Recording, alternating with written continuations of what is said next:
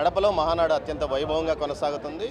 ఏదైతే మనతో రాష్ట్ర టీడీపీ అధికార ప్రతినిధి వెంకటరమణారెడ్డి గారు ఉన్నారో ఆయన అడిగి మరిన్ని విషయాలు తెలుసుకున్నాం. సార్ చెప్పండి, ఎన్నికల ముందు మీరైతే మేము వాళ్ళని అరెస్ట్ చేయిస్తాము, వాళ్ళు తప్పులు చేశారు, వీళ్ళు తప్పులు చేశారు అంటున్నారు. రోజా మీద రోజు విమర్శలు చేశారు. కనీసం ఈరోజు ఇంతవరకు విచారణ కూడా ముందుకు సాగని పరిస్థితి కొనసాగుతుంది.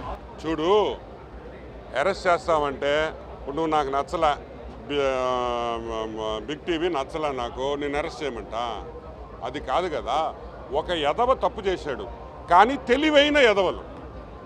ఈరోజు వైసీపీ ప్రభుత్వంలో మినిస్టర్లు అంతా తెలివైన వెధవలు, అన్నీ జాగ్రత్తగా అన్ని విశేషాలు కప్పిపెట్టి చేశారు. కానీ తీస్తున్నాగా టైం పడుతుంది కదా. ఈరోజు ఒక కేసు అయినా రిజెక్ట్ అయిందా? పోయిన కేసులు బెయిల్కి కానీ ఏది పోయినా, ఎవరు బెయిల్కి పోయినా ఎందుకు సుప్రీంకోర్టు నుంచి రిజెక్షన్స్ వస్తున్నాయి? ఎందుకంటే కేసులో బలం ఉంది కాబట్టి. సో ఊరికే కేసులు ఫైల్ చేయడం కాదు, ఆధారాలతో కూడిన ఎఫ్ఐఆర్లు ఉండాలి. మీరే ఆధారాలు అప్పట్లో చూపించారు, టీడీఆర్ బాండ్స్ ఆధారాలు చూపించారు, ఆడదామాంధ్రాలో ఇన్ని అక్రమాలు జరిగాయి, అవన్నీ మీరు ప్రజెంట్ చేయలేకపోయారా? ఇప్పుడు ఒకటి అన్నీ ఒకరోజు చూస్తే మీకు టైంపాస్ కావాలి కదా, మీ మీడియా వాళ్ళందరూ చూపించాలి కదా. సో స్టేజ్ వైజ్ మేము ఇచ్చామనుకో మీకు మంచి వ్యూవర్షిప్ వస్తుంది కదా. తొందరపడబాకండి, అన్నీ వస్తాయి. సరే, ఈ మహానాల్లో ఏదైతే అన్నదాతకు అండగా అంటే ఒక తీర్మానం చేయబోతున్నారు, ఎలాంటి అంశాలు ముందుకు మీరు ఇప్పుడు ఈ రొయ్యలు వీటికి సంబంధించి చాలా క్రైసిస్ పరిస్థితి ఎదుర్కొంటున్నారు రైతులు. ఈ పరిస్థితుల్లో మీరు ఎలాంటి తీర్మానాలను చేయబోతున్నారు? జనరల్గా ఓవరాల్గా తీర్మానాలు నేను చూడలేదు, ఎందుకంటే నేను ఆ కమిటీలో లేను కాబట్టి. బట్ ఎస్, రొయ్యలు కానీ ఏదైనా కానీ ఈరోజు ఫార్మర్స్ని ఆదుకుంటున్నాం, రేట్లు తగ్గిస్తున్నాం, ఫీడ్ రేటు తగ్గించాం, ఇంకా కూడా తగ్గించబోతున్నాం.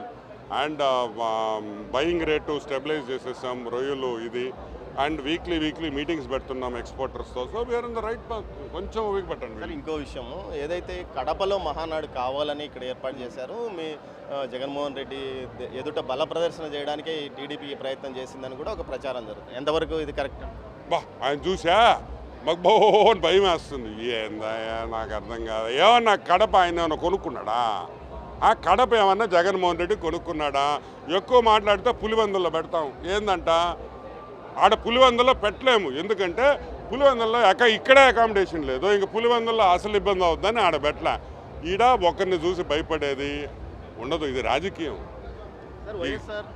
వైఎస్ఆర్ జిల్లా పేరును వైఎస్ఆర్ కడప జిల్లాగాని మార్చారు, కావాలనే మా నాయకుడి యొక్క పేరును దిగజార్చే విధంగా వీళ్ళు పేరు మారుస్తున్నారంటూ కూడా వారు అంటున్నారు. కానీ అభ్యంతరాలు మాత్రం 30 రోజులు సమయం ఇచ్చినప్పటికీ అభ్యంతరాలు ఎందుకు చెప్పలేదు?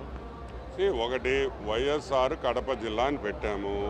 Kadapa is the original name of this district.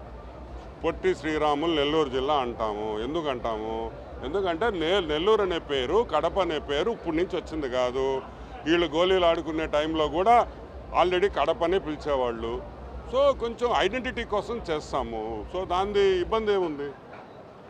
ఏదైతే కడప జిల్లా పేరు మార్పును ప్రజలంతా వైఎస్ఆర్ కడప జిల్లాగా మార్చడాన్ని, వైఎస్ఆర్ జిల్లా నుంచి మార్చడాన్ని ప్రజలంతా స్వాగతిస్తున్నారు. అదేవిధంగా మహానాడులో పూర్తి స్థాయిలో అన్నదాతకు అండగా జరిగే తీర్మానాలు ఉంటాయి. దీంతోపాటు గతంలో ఏదైతే తాము ఆరోపణలు చేశామో ఆధారాలు సహా అన్నీ ఉన్నాయి, వాటిపైన విచారణ కొనసాగుతుంది. ఖచ్చితంగా దోషులు ఎవరైతే ఉన్నారో వారంతా అరెస్ట్ అవుతారు. కాకపోతే వైసీపీ ప్రభుత్వ హయాంలో పనిచేసిన మంత్రులంతా చాలా తెలివైన వారు, ఆధారాలను కూడా లేకుండా కొన్ని చోట్ల చేశారు. అయినప్పటికీ తాము మాత్రం వారిని వదిలిపెట్టమని వెంకటరమణారెడ్డి అంటున్నారు. కెమెరా పర్సన్ పురుషోత్తంతో దామోదర్, కడప మహానాడు ప్రాంగణం నుంచి.